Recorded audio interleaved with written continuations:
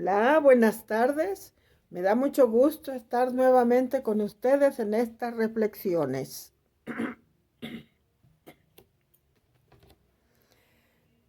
Comencemos como siempre con una oración de silencio a la Santísima Trinidad, aunque sea unos segunditos.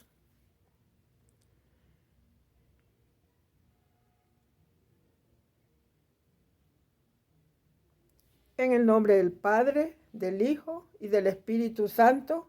Amén. En esta reflexión continuaremos con el quinto y sexto elemento de la plegaria eucarística, que son memorial número 5 y oblación número 6. Las pongo juntas porque el sacerdote se sigue de corridito y dice: así pues, Padre, al celebrar ahora el memorial de la muerte y resurrección de tu Hijo, te ofrecemos, esa es la oblación, te ofrecemos el pan de vida y el cáliz de salvación. Primero veamos qué es memorial. Y me gusta cómo nos lo explica el Catecismo de la Iglesia Católica en el numeral 1085. Y dice: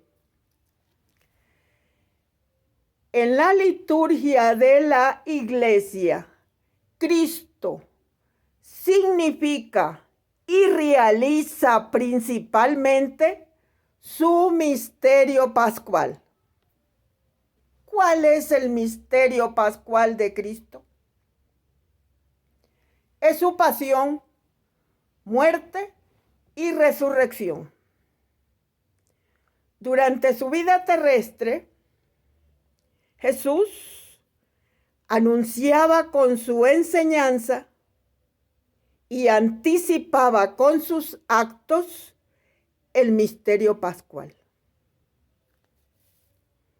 Cuando llegó su hora, nos dice así en Juan capítulo 13:1 y en el capítulo 17:1, vivió el único acontecimiento de la historia que no pasa. Jesús muere, es sepultado, resucita de entre los muertos, se sienta a la derecha del Padre. Una vez por todas, nos dice San Pablo en Romanos 6:10 y en Hebreos 7:27 y también en el capítulo 9:12 de los mismos Hebreos.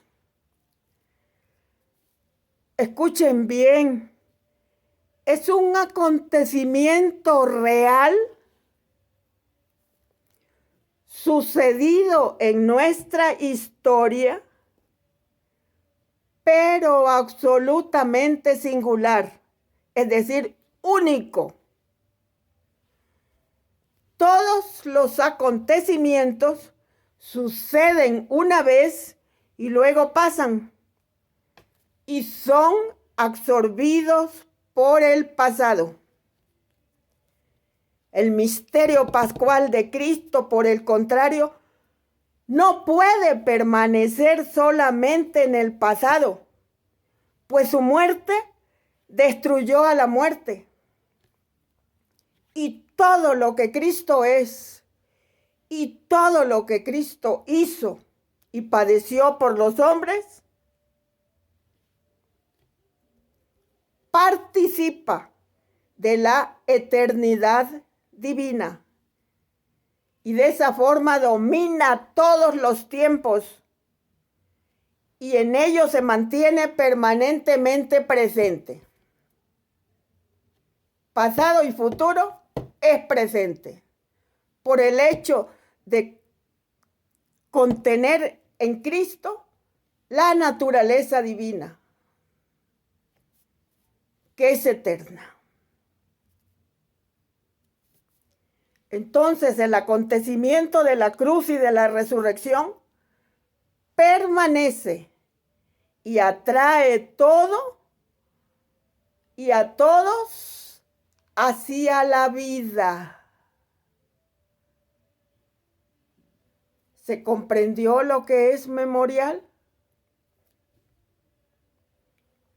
Explicaba un sacerdote en una misa en María Visión que Jesús hizo el trabajo más difícil que sencillamente no estaba a nuestro alcance, que fue volver a unirnos con Dios, abrir las puertas que estaban cerradas a causa del pecado original. El ser humano después del pecado quedó totalmente limitado. No se podía comunicar con Dios. Entonces viene Jesús e hizo lo más fuerte, lo más pesado. Por eso, ese viacrucis, esa pasión, esa muerte ignominiosa, esa cruz que hablan lo que costó instituir la Eucaristía. Y todo para que nosotros, toda la humanidad de todos los tiempos, tengamos acceso a la gracia, a la santidad y a la salvación. O sea, lo más difícil ya lo hizo Jesús. Y todo esto se actualiza, se hace presente en el memorial, en esa celebración que nosotros domingo a domingo acudimos a la Santa Misa. ¿Y qué nos toca entonces a nosotros hacer? Permanecer en su amor y cumplir sus mandamientos. Aquí no quiero que estén pensando en los 10 mandamientos de la ley de Dios. Esas son leyes morales y las leyes, los mandamientos que nos dejó Jesucristo son espirituales y nos llevan a la vida eterna. Los mandamientos de la ley de Dios no pasan de la tierra, no nos llevan a la eternidad. Eso nos lo explicaba San Pablo ampliamente. ¿Cuáles son los mandamientos de Jesucristo? Vayan y anuncien el Evangelio. Coman, este es mi cuerpo. Beban, esta es mi sangre. Perdonen a sus enemigos. Ámense los unos a los otros. Esos son los mandamientos que nos llevan a la vida eterna. Y entonces, para que nosotros nos aprovechemos de este beneficio, Él instituye la Eucaristía y se la deja a la iglesia. Y nosotros, como que no nos hemos dado cuenta que todos somos introducidos en esa celebración, en esa dimensión sagrada, espiritual y maravillosa, en cada Eucaristía. Nosotros nos extrañamos de que algo tan sobrenatural sea real, sea verdadero. Porque solo hay 2 dimensiones, la temporal, aquí terrenal, y la eterna. Y en cada celebración somos introducidos a esa dimensión eterna. Y no nos damos cuenta. Le ponía yo de ejemplo a un amigo. Hay cosas verdaderamente reales, ciertas, y nosotros no nos las podemos explicar. Por ejemplo, nacemos bebé. ¿Alguien se da cuenta a qué horas crecemos? ¿Alguien siente a la hora que crece? No, ¿verdad? Pues así es esto de Dios. Es real, es verdadero, es una realidad. Y no vemos ni sentimos, pero sí somos introducidos en esa dimensión de Dios que es puramente espiritual. Y como dijo el sacerdote, maravilloso. Ese es el memorial.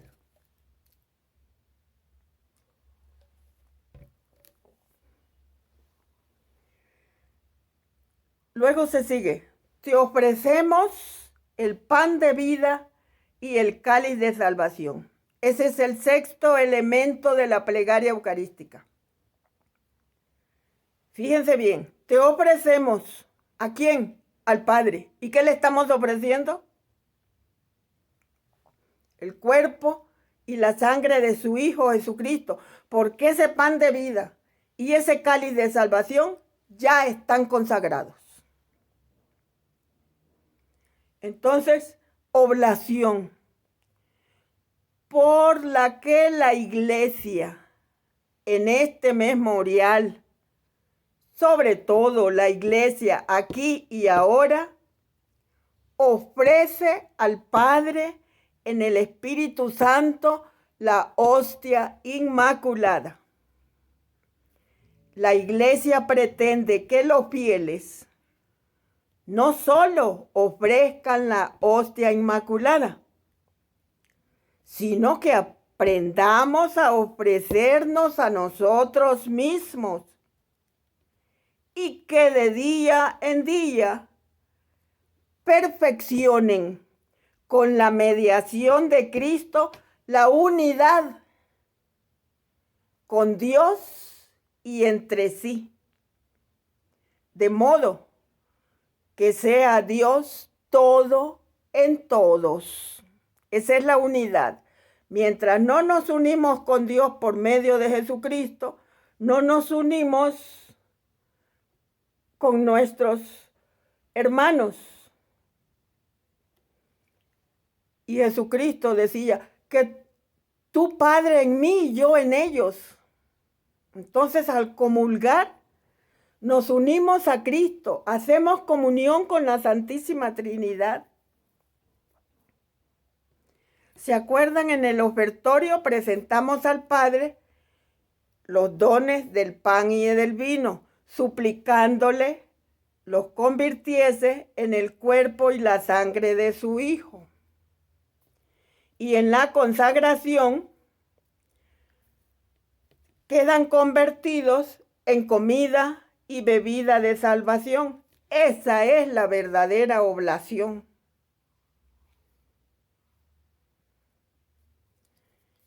La Iglesia, en esa oblación ascendente, los presenta al Padre en unión con el Espíritu Santo, para que los cristianos nos ofrezcamos como una víctima viva, santa, agradable a Dios y realicemos entre los hombres la unidad trinitaria.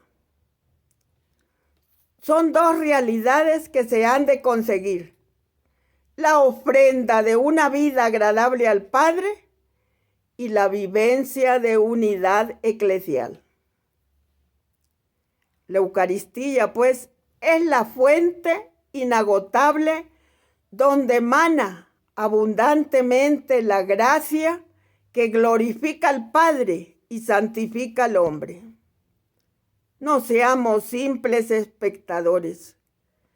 Debemos ofrecernos para que pase en nosotros el hombre viejo y dé lugar al hombre nuevo, renacido del agua y del Espíritu. Así entendía la ofrenda aquel campesino analfabeto. Señor, repetía con frecuencia mientras estaba en la celebración eucarística. Aquí está Juan, Señor. Te ofrezco el Juan que tú conoces, con todo lo que es y posee. Ayúdale a ser el Juan que tú quieres.